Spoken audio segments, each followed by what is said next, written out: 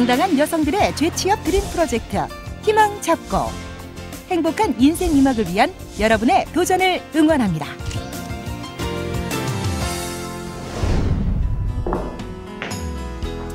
안녕하세요. 경력 단절 여성을 위한 취업 가이드 희망 잡고 김경란입니다.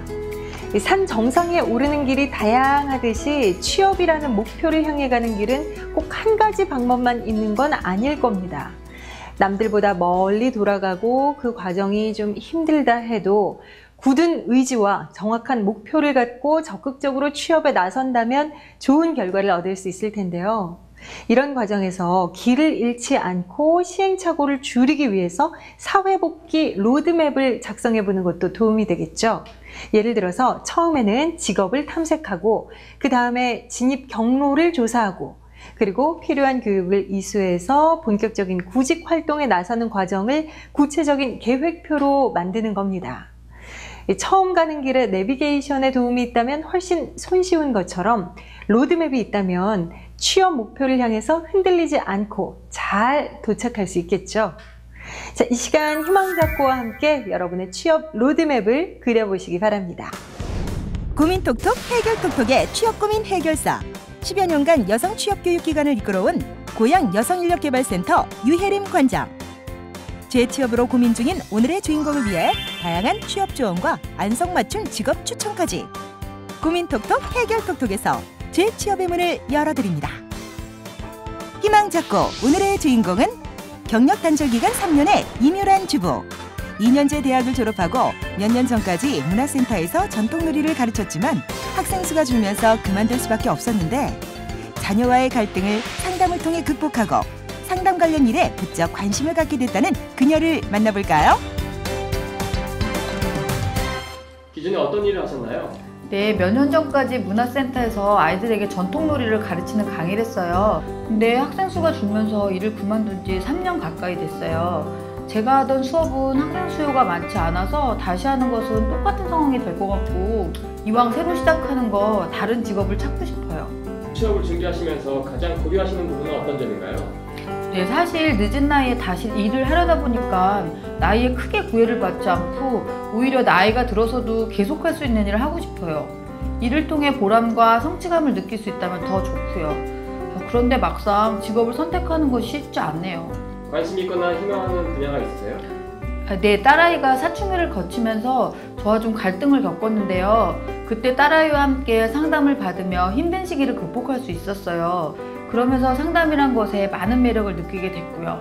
처음에는 그냥 주변 분들에게 작은 도움이 되고 싶어서 제가 다니던 성당에서 진행하는 상담 관련 교육을 듣기도 했는데 일을 다시 시작하고 싶다는 생각을 하니까 아예 이쪽으로 취업을 하는 게 좋을 것 같더라고요. 그런데 좀 고민이 되는 게 상담 쪽을 일을 하려면 다 고학력인데 전 2년제 대학을 졸업한 데다가 관련 전공도 아니라 좀 망설여지네요.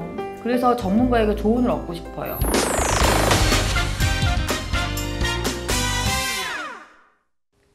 경력 단절 여성들의 다양한 취업 고민을 풀어보고 적성에 맞는 진로도 탐색해보는 고민 톡톡 해결 톡톡. 좋은 말씀 주실 고양 여성인력개발센터 유혜림 관장님 그리고 오늘의 주인공 임유란 주부 모셨습니다.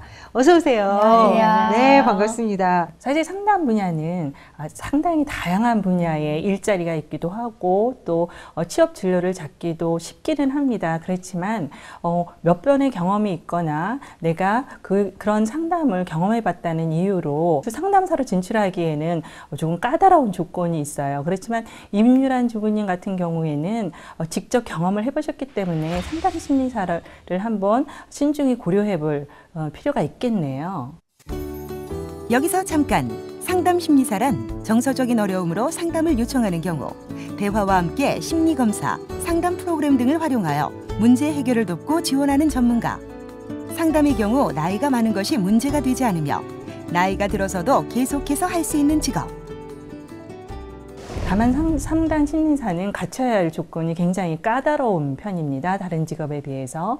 지금 전문가로 활동 중이신 상담 사들은 대부분 관련 학과를 졸업을 하셨거나 또 상당 기간 동안 임상 심리를 거치신 분들이 활동을 하고 계시기 때문에 쉽사리 편하게 직업을 선택하기는 어려운 직업입니다. 상담 심리사로서의 꿈은 정말 크신데 그 취업이 현실적으로 쉽지만은 않은 상황인 듯해요.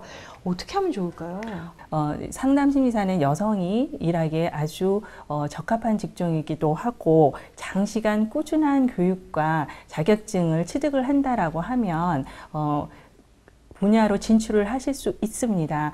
특히 여성가족부에서는 일정한 자격증을 갖고 가정폭력이라든가 상담을 하시는 분들이 상당히 있습니다. 그렇기 때문에 오랜 기간 동안 교육을 받으실 생각을 하시고 꾸준히 자격증을 취득을 하신다면 상담 심리사로서 활동을 하실 수 있는 좋은 기회를 가지실 수 있을 것 같습니다. 네, 유 관장님께서 좋은 조언을 해주셨는데 임유란 주부 어떠세요? 상담 심리사로 계속해서 도전하는 거 자신 있으세요? 네. 제가 좀 아이를 좀 빨리 낳아서 아이들이 좀 커요. 그래서 시간적인 것과 경제적인 면으로 해서 여유가 좀 있거든요. 그리고 또 성취감을 느낄 수 있는 직업을 또 찾았고요. 그래서 저는 상담 심리사가 될 수 있도록 정말 노력해 보려고요. 그러기 위해서는 우선 현장 체험을 먼저 해보시는 게 어떨까 싶어요. 그 분야의 상담 분야를 좀 가서 체험을 하시고 경험도 해보시면서 진로를 정하시는 게 임유란 주부님께서는 정말 좋은 기회가 될 것 같습니다. 관심 분야로의 재취업에 망설이고 있던 임유란 주부. 고민 톡톡, 해결 톡톡을 통해 취업에 대한 고민을 새롭게 다졌는데요. 현장 직업 속으로를 통해 상담 심리사에 대한 다양한 취업 정보가 이어집니다.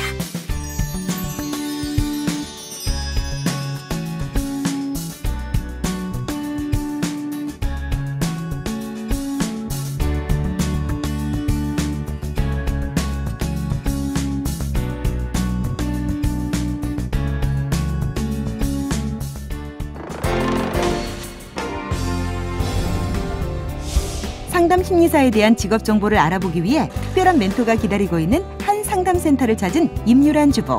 오늘의 멘토는 안녕하세요, 멘토님. 반갑습니다. 어서 오세요. 임유란 주부님이시죠? 네, 반갑습니다. 네, 반갑습니다. 네.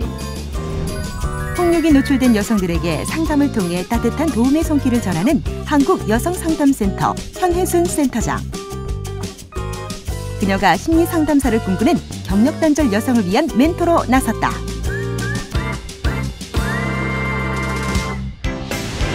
스텝 1. 상담 심리사가 하는 일. 오늘 그 임유란 주부께서 그 상담사에 대해서 많은 걸 배워갔으면 좋겠어요. 네, 선생님 감사합니다. 네. 선생님, 이곳 상담센터에는 어떤 상담이 이루어지나요? 네, 우리 상담소는 주로 가정폭력, 성폭력 관련해서 업무가 이루어지는데요. 피해자 지원 사업, 그다음에 가해자에 대한 교정치료 프로그램, 그다음에 이제 여성인권에 대한 전반적인 활동을 하는 업무가 주로입니다. 멘토가 센터장으로 활동 중인 이곳 상담센터는 여성가족부의 지원을 받는 비영리 단체로 1998년 개관 이래 가정폭력과 성폭력, 부부문제, 성문제, 가족문제 등 여성문제 전반에 대해 전문적이고 체계적인 상담 프로그램을 지원하고 있는데요. 직접 센터를 방문하는 면접 상담을 중심으로 전화 상담과 사이버 상담, 집단 상담 등 다양한 형태의 상담이 진행됩니다. 면접 상담의 경우 심리적인 갈등 상황을 정확하게 파악하기 위해 표준화된 다양한 심리 검사가 실시되는데요. 상담 심리사는 이런 과정을 통해 내담자의 심리 상태를 파악하고 스스로 해결할 수 있도록 돕는 역할을 하게 됩니다. 일단 그 상담은 그 내담자와 상담자와의 관계이기 때문에 일단 그 비밀 유지가 돼야 되고요. 상담자가 내담자의 말을 열심히 듣고 그다음에 경청하고 신뢰감 쌓는 부분이 이제 중요하고요. 그다음에 그 상담자가 이 상담을 끌어가는 게 아니라 내담자가 상담을 끌어갈 수 있도록 그 따라가는 거, 이제 그런 부분에서 이제 내담자를 존중하는 이런 자세가 필요하고요. 내담자가 어떤 문제에 대해서 잘 선택하고 결정할 수 있도록 도와주는 역할이지 상담자가 이렇게 하세요, 저렇게 하세요라고 어떤 그 사안을 해결해주는 해결사는 아니다.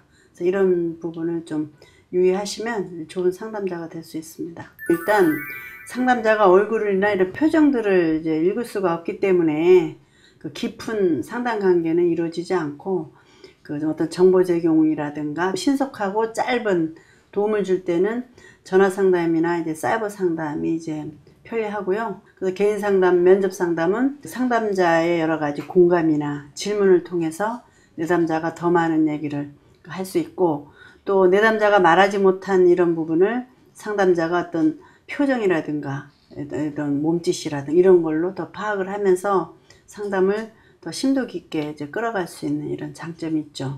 그 내담자가 자신의 문제를 그 구성원들, 집단 구성원을 보면서 성찰할 수 있고, 또 집단원을 보면서 여러 가지 정보라든가 또 다른 사람들이 극복해가는 과정들을 간접적으로 이제 체험할 수 있기 때문에 그 효과는 굉장히 크고, 같은 그 아픔을 가진 집단원들의 그 주는 여러 가지 그 도움들이 오히려 내담자한테는 더 강력하게 흡수력이 있기 때문에 경제적이고 그 효율적인 면에서 요즘 이제 집단을 많이 그 선호해서 진행을 하고 있죠. 그래서 초기에는 여러 가지 그 상황을 탐색을 하고, 중기 정도는 그 이 내담자가 갖고 있는 핵심 감정들이라든가 그 해결해야 될 문제들을 중점으로 이제 풀어가고요.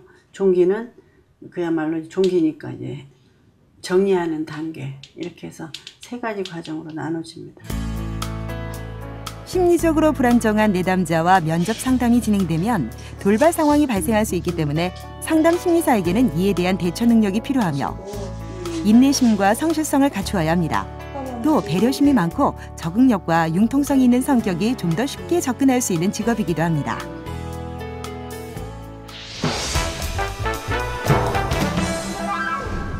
멘토님도 저처럼 경력 단절 기간이 있었다고 얘기를 들었어요. 어떻게 상담 전문가가 되셨나요? 저는 그 결혼해서 그 전업주부로 이제 한 10년 있다가 그다음에 이제 그 친지의 그 소개로 단체에 들어가게 돼 있어요. 그래서 거기서 공부하다 보니까 또 어떤 이제 사회복지적 이런 접근도 필요하고 또 상담에 대한 어떤 훈련도 필요해서 그 대학원에서 사회복지 석사 전공하고 박사과정으로 이제 상담 심리를 전공했죠.